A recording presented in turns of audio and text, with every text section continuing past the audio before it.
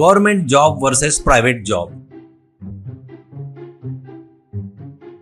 अमलपुर नामक गांव में एक सरकारी स्कूल रहती है। उसमें बहुत से विद्यार्थी पढ़ रहे थे। उसमें अखिल और विकास करके दो बच्चे भी रहते हैं। दोनों भी गरीब थे, पर अखिल हमेशा पढ़ाई में आगे रहता है। क्लास टीचर कोई भी सवाल पूछे तो उठकर फट से जवाब देता था, पर विकास पढ़ाई पर कुछ भी ध्यान नहीं देता था। कभी भी देखे तो कुछ न कुछ खेलते हुए, फिल्में देखते हुए समय गुजारता था। अखिल के पिताजी और विकास के पिताजी दोनों लोग मजदूरी करते थे। दोनों का घर आजू बाजू में ही था। अखिल कितना भी बोले तो विकास नहीं सुनता था। विकास, किसे चाहिए रे ये फालतू की पढ़ाई? अभी नहीं खेलेंगे तो कब खेलेंगे? बड़े होकर बच्चे पैदा होने के बाद क्या? कहता है तो अखिल, वो नहीं रे, तेरे को खेल मत करके नहीं बोल रहा हूँ, बस थोड़ा समय पढ़ाई के लिए देता जा कह रहा हूँ। अपने परिवार कितने गरीब है तेरे को पता है ना, इसलिए अपन पढ़ाई करके अच्छी नौकरी करेंगे तो उनको अच्छी जिंदगी जी पाएंगे रे। कहता है तो विकास, वो सब मुझे नहीं पता, पढ़े तो जिंदगी में सफल होंगे करके कहीं लिखा है क्या? ऐसे फालतू की बातें बोलकर मुझे परेशान मत कर, ऐसे कहता था। नया सिनेमा आया बोले तो वो पिताजी के जेब में से पैसे चुराकर अखिल के साथ ही स्कूल के लिए निकलता था और सिनेमा टॉकीज के पास रुककर, ए सिनेमा देखने जा रहा हूँ, ये बात किसी को मत बताना। सिनेमा खत्म होने के बाद ग्राउंड में खेलता रहूंगा, स्कूल होने के बाद आजा, दोनों मिलकर घर जाएंगे, ऐसा कहता था। कुछ दिनों बाद अखिल के पिताजी मर जाते हैं तो उसकी पत्नी अखिल को लेकर अपने मायके आ जाती है। ऐसे अखिल और विकास बिछड़ जाते हैं। कुछ साल गुजर जाते हैं। विकास 10th फेल होकर डिलीवरी बॉय का काम कर रहा था। अखिल अच्छे से पढ़ाई करके पुलिस ऑफिसर बन जाता है।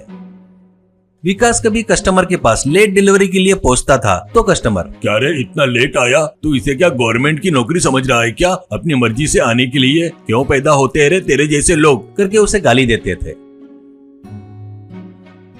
वहाँ पर अखिल को उसके ऊपर के अधिकारी तारीफ करते थे। शाबाश अखिल, तेरे जैसे ऑफिसर की डिपार्टमेंट को काफी जरूरत है, कहते थे। तेरी छुट्टी रहने के बाद भी आकर काम करता है, तू बहुत ग्रेट है। तू प्राइवेट जॉब वाले जैसे होते हैं ना, टाइम होते ही चले जाते हैं, वैसे नहीं जाता है तू, काम पूरा खत्म करके ही जाता है, वो तो और भी ग्रेट है, ऐसा कहते थे। एक दिन बारिश में जीप में बैठे अखिल को भूख लगती है तो वो तुरंत मोबाइल से फूड डिलीवरी को ओपन करके उसमें एक चिकन बर्गर ऑर्डर करता है। कुछ देर बाद बारिश में भीगते हुए बाइक पर विकास उसको आते हुए दिखता है। विकास अखिल के जीप के पास आकर रुककर चेक कर रहा था। विकास, लोकेशन तो यही दिखा रहा है पर कस्टमर कहाँ है करके इधर उधर देख रहा था।